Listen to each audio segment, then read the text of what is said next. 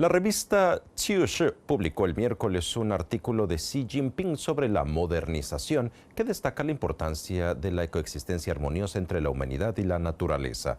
En dicho artículo, Xi señala que las políticas del Partido Comunista de China han generado cambios históricos e integrales en la construcción de la civilización ecológica de China.